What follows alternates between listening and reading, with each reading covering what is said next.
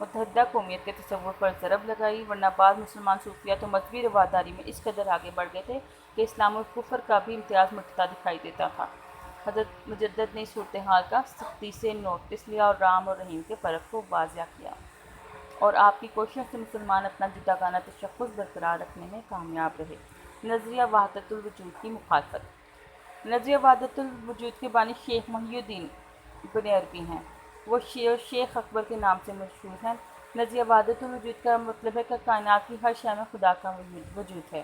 اس نظریے کے علمدار وحدت ادیان کے قائل ہیں۔ ان کا نعرہ ہمہ است ہے کہ سب کچھ وہی ہے، یعنی میں اور وہ جدا نہیں، وہ دریات تو میں قطرہ ہوں اور وجود صرف اللہ کا ہے، اس کے بعد جو کچھ ہے اس کے مظاہر ہیں۔ یہ نظریہ ہندوؤں کے نظریے کے قریب تھا، کیونکہ اس کے نزدیک مظاہر قدرت کی پرستش کا بھی یہی جواز ہے۔ وحدت الوجود پہ یقین رکھنے سے کفر اور اسلام کا امتیاز مٹ جاتا اور متحدہ قومیت کا تصور اجاگر ہوتا۔ نظریہ وحدت الشہود۔ یہ شارٹ کوسچن بھی آپ کو آ سکتا ہے، نظریہ وحدت الشہود سے کیا مراد ہے؟ حضرت مجدد نے وحدت الوجود کے مقابلے میں وحدت الشہود کا تصور پیش کیا، جس کی وجہ سے خالق اور مخلوق الگ الگ ہیں اور کائنات کی ہر چیز اپنے خالق کی عظمت کا نشان ہے۔ اللہ تعالیٰ اپنی ذات میں واحد ہے اور اس کا کوئی شریک نہیں۔ آپ نے وحدت الشہود کے ذریعے ان افکار کی شدید مخالفت کی کہ تمام مذاہب اللہ تک پہنچنے کا ذریعہ ہیں، رام اور رحیم کے ساری چیزیں انہوں نے ان کو خلاف شریعت قرار دیا۔ آپ نے تصوف کو شریعت کے تابع کیا۔ آپ نے ہمہ اوست کو ہمہ از است میں بدل دیا، یعنی ہمہ از اوست کا مطلب ہے سب کچھ وہی ہے، اس آپ نے اس کو بدل دیا، سب کچھ اسی کا ہے۔ رد بدعت کا ختم کرنا، دن میں کئی ایسی چیزیں شامل کرنا جو قرآن و سنت میں نہ ہوں اور اسے پابندی اور طریقے سے اس طرح ادا کرنا جس میں شرعی احکام کی پیروی کی جاتی ہے، بدعت ہے۔ فرمان نبوی ہے کہ ہر بدعت گمراہی ہے۔ آپ نے نہ صرف عام زندگی بلکہ تصوف میں بھی بدعتوں کے خلاف آواز اٹھائی۔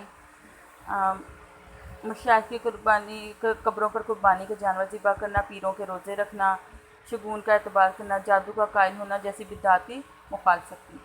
آپ نے فرمایا بدعت دین کو کاٹنے والی کڑھائی ہے اور اسلام ایک چمکتا ہوا ستارہ ہے، اس لیے بدعت کا دور کرنا اسلام کی تقویت کے لیے لازم ہے۔ خراج تحسین۔ عظیم اسلامی مفکر سید ابو العلا مودودی نے حضرت مجدد کو خراج عقیدت لکھا۔ انہوں نے کہا ہندوستان میں حکومت کو بالکل ہی کفر کی گود میں جانے سے روکا ہے اور اس فتنہ عظیم کا سیلاب کا منہ پھیرا ہے، اور جو اب سے 300-400 برس پہلے ہی یا اسلام کا نام و نشان مٹا دیتا۔ ٹھیک ہے، یہ آپ نے اس میں سے کوئی 1-2 پوائنٹ کرنے ہیں بس۔